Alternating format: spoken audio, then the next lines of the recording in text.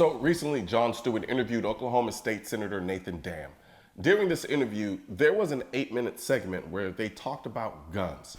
And I must say, the level of intellectual dishonesty in this video was egregious. And because of this, I'm going to debunk all of the nonsense that spewed so effortlessly from Jon Stewart's mouth. I'm a strong proponent of the Second Amendment. I believe the right to keep and bear arms shall not be infringed. That's the one right that's listed in the Constitution that uses that very specific affirmative language, shall not be infringed. It's also the one right that uses the phrase well-regulated. Jon believes well-regulated means controlled or supervised by the government. In the late 18th century, when the Second Amendment was written, well-regulated did not mean controlled or supervised by the government. It meant well-functioning. Well-regulated in the 18th century tended to be something like well-organized, well-armed, well-disciplined, says Rovote. It didn't mean regulation in the sense that we use it now, in that it's not about the regulatory state. There's been nuance there. It means the militia was in effective shape to fight. In other words, it didn't mean the state was controlling the militia in a certain way, but rather that the militia was prepared to do its duty. Keep in mind, that's coming from a constitutional expert who won a Pulitzer Prize for history. By the way, just for clarity's sake, I'm not against the Second Amendment. I don't want to ban guns. Jon, you proved you were against the Second Amendment the moment you said this. It's also the one right that uses the phrase well-regulated. That is a collective rights argument made by people who don't believe there is an individual right to own a gun. A collective rights theory of the Second Amendment asserts that citizens do not have an individual right to possess guns, and that local states and federal legislative bodies therefore possess the authority to regulate firearms without implicating a constitutional right. Yet, in 2008, the Supreme Court meticulously detailed the history and tradition of the Second Amendment at the time of the Constitutional Convention and proclaimed that the Second Amendment established an individual right for U.S. citizens to possess firearms. So, Jon, when you say this... It's also the one right that uses the phrase well-regulated. It means you don't believe there is an individual right to own firearms, which by definition means you are against the Second Amendment. But you're saying more guns makes us more safe. Yes. So when we got 400 million guns in the country, we had an increase and gun deaths went up. So when exactly does this curve hit that takes it down? Would 1 billion guns do it? Let's just run those numbers, 400 million, 50,000.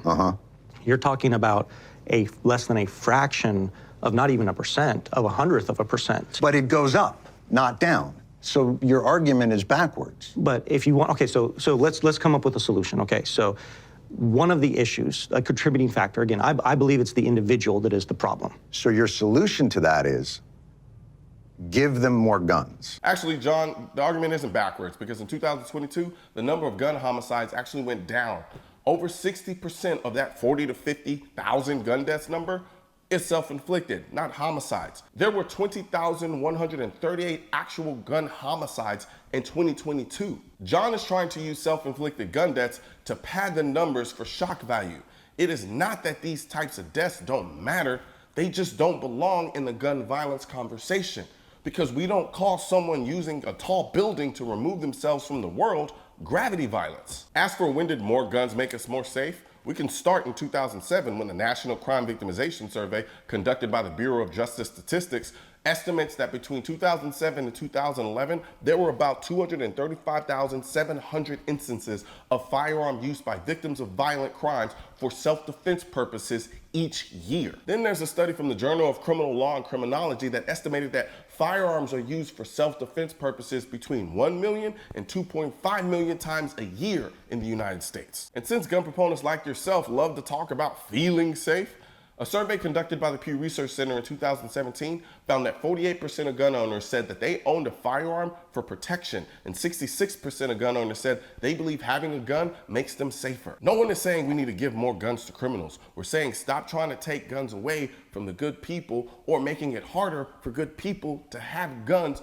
for their protection so that there are less victims for criminals to terrorize, i.e. more guns in the hands of good people. So I'm saying that because people are the problem, we need to look at the problems that those people are facing and how do we address it. But you've removed the ability for the state to do that. No, because you're... If you don't have background checks and you don't have registration and permitting, how do you know who has a problem in terms of the people who you're giving a gun to? Do you want to talk about the background checks first, or do you want to talk about solutions first? I want to talk about what you're doing is you're bringing chaos to order. That's your subjective opinion, that it's bringing chaos to order. It's not my subjective opinion. We It have is. 50,000 gun-related deaths. That's not a subjective opinion. Okay, so that's dead people. First of all, we have background checks.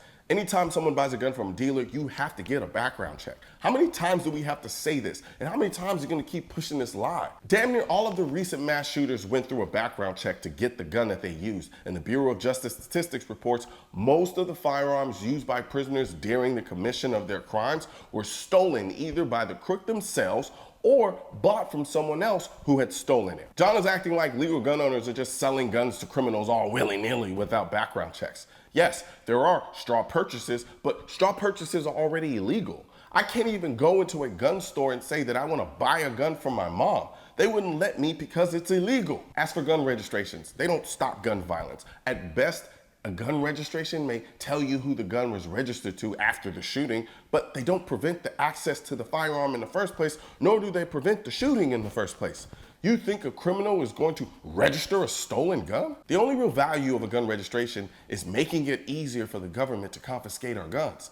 And we have historical evidence of this. In 1996, Australia used their gun registry to confiscate more than 600,000 guns. Before the Nazis came into power, Germany had a gun registration. When the Nazis finally came to power, they used that registration to confiscate guns from Jews and other groups. In 1987, the UK implemented a gun registration. In 97, they used the registration to confiscate more than 160,000 guns. In 1957, China implemented a registration. Then in 1980, they used it to confiscate people's guns. In 2000, South Africa implemented a gun registration and then used it to confiscate more than 400,000 guns. The justification in every single one of these cases was safety and to reduce crime and violence. In every other place in your life, you want to bring order, but guns are the outlier for you. So let's start with immigration.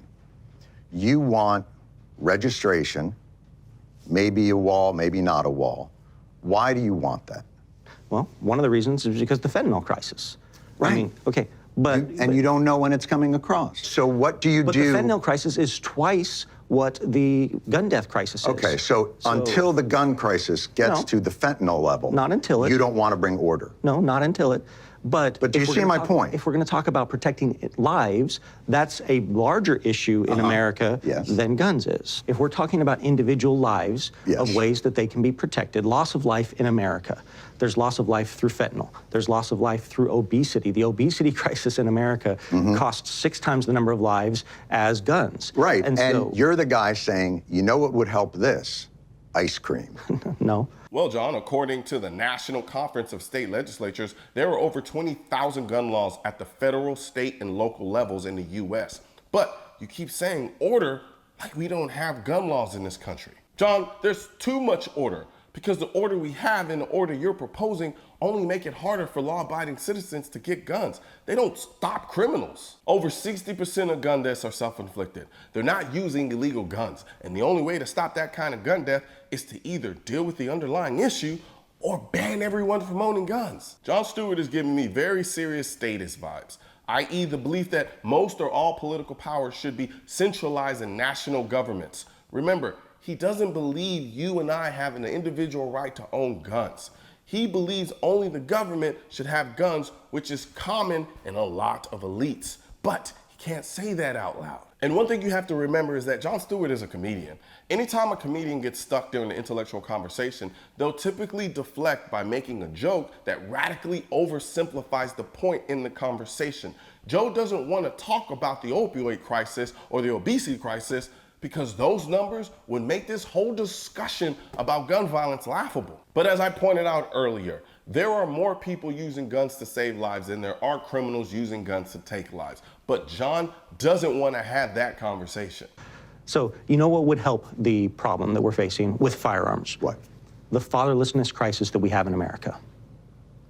If you look at the statistics. Right, yeah, they're dying from gun deaths. 80% of school shooters either came from a broken or fatherless home. So you would say no guns for fatherless homes? No, that's not what I would say. I would say that fathers need to be more engaged. Great. So let's crime with a firearm if they don't have a father in the home. Let's put more resources into areas that are poverty-stricken.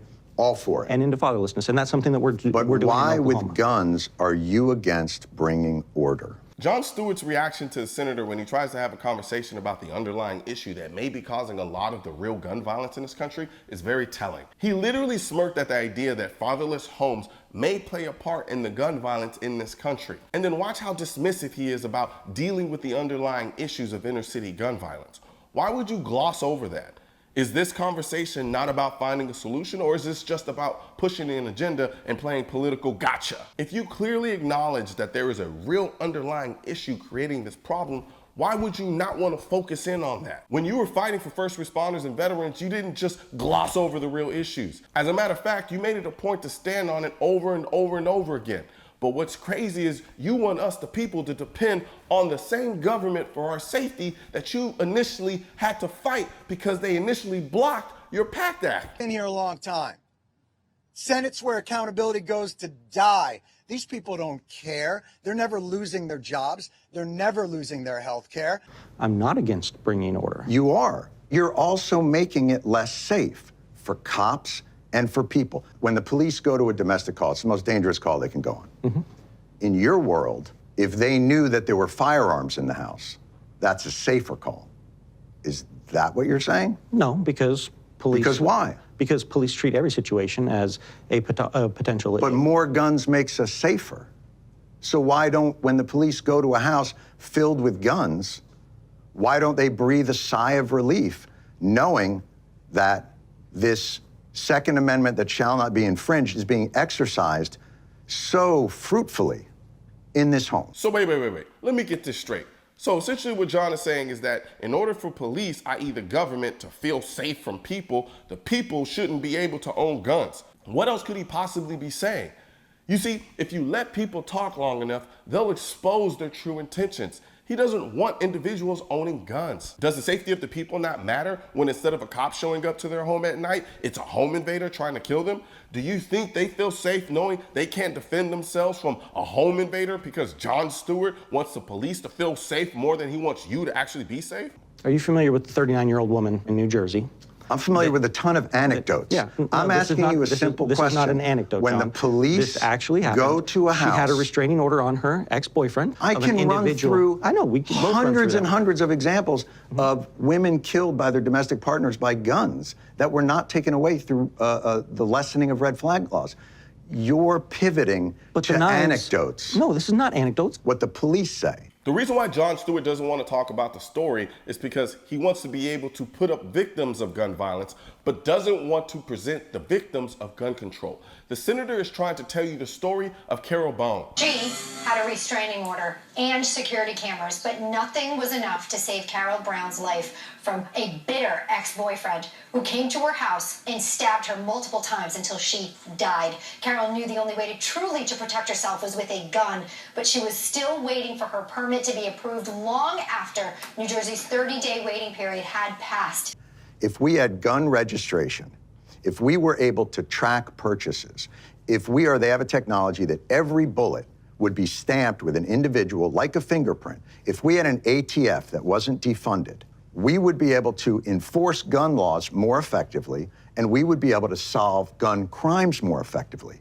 You're against all of that. Because the person is the threat, not the firearm, not the knife. I get it. The person and the individual is the one that is the concern here. But you don't want anything that could help law enforcement or society determine whether or not a person is a good guy with a gun or a bad guy with a gun. Everything he mentioned gives the government power to confiscate guns or make buying a gun so expensive you won't be able to purchase one. Like I said before, a registry at best may help solve shootings that were already committed, but at worst, they will be used down the line to confiscate guns. As for bullet microstamping, I've done a video on this before where I exposed this. Here's the kicker. Microstamping technology doesn't even work. We know this because Maryland had their own version of it for 15 years and it cost them $5 million. And it stopped literally 0 gun deaths and helped them solve a total of 0 crimes. And who do you think paid that $5 million for this boo-boo the fool system?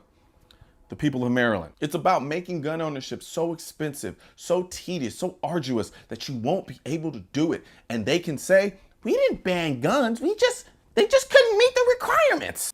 And let me make something clear. When a criminal attacks, the police won't be there. I won't care about a gun registry. I won't care about a bullet microstamping. I won't care about your order. All I care about is, do I have the necessary tools to defend myself at the time I need it? You want to say I'm a Second Amendment purist and I'm making it safer. You're not. You're making it more chaotic. And that's not a matter of opinion. That's the truth. That is a matter of opinion, John. But why take away their tools? Because certain of their tools that they're using would be infringements upon the people's right to keep and bear arms, upon their constitutional rights, upon due process, upon other things. That registering is an infringement? Yes. Okay. Is voting a right? It's a right for citizens, yes. Do you have to do anything to do it? Yes. What do you have to do? It depends on the state. What do you have to do? Sometimes you have to be at least 18 years old. What do you have to do? And Keep in going. some places you have to have a government-issued ID. What do you have to? You have to be on the voter rolls. register. You have to register. So you have to register to a right. Is that an infringement? Does the right to voting say shall not be infringed? Oh, so this is just a semantic argument now. No, it's not. You believe voting rights can be infringed because it doesn't say specifically shall not be infringed. Is it an infringement upon a 17-year-old's right to vote, since they don't have that right to vote? No. Oh, it's not an infringement on them? No, Okay. Absolutely not. Why not? Because you're the one making the argument, not me. I'm saying even rights have responsibilities, and that within those responsibilities are responsibilities and order. Otherwise, it's chaotic. And this, ladies and gentlemen, is a classic red herring mixed with a ton of gaslighting. Jon Stewart is actually the one playing semantics here. He's using semantics to draw a false equivalence between registering to vote and a national gun registration. Registering to vote is done to validate you are who you say you are, and you vote once. A gun registry is so that the government knows every single gun you own so that they can have the ability to confiscate them if they so choose. We already have background checks to determine if you can own a gun and if you are who you say you are. Thus, we don't need a gun registration for that, especially when criminals don't register guns in the first place. Gun owners are against registries because, as I pointed out, every country that has implemented a registry has at some point used it to confiscate guns. Why would we give the government that kind of power when it is proven time and time again to be ineffective at stopping gun violence? Registrations won't stop any mass shootings. The inner city gun violence is drug and gang related, where they buy their guns on the black market.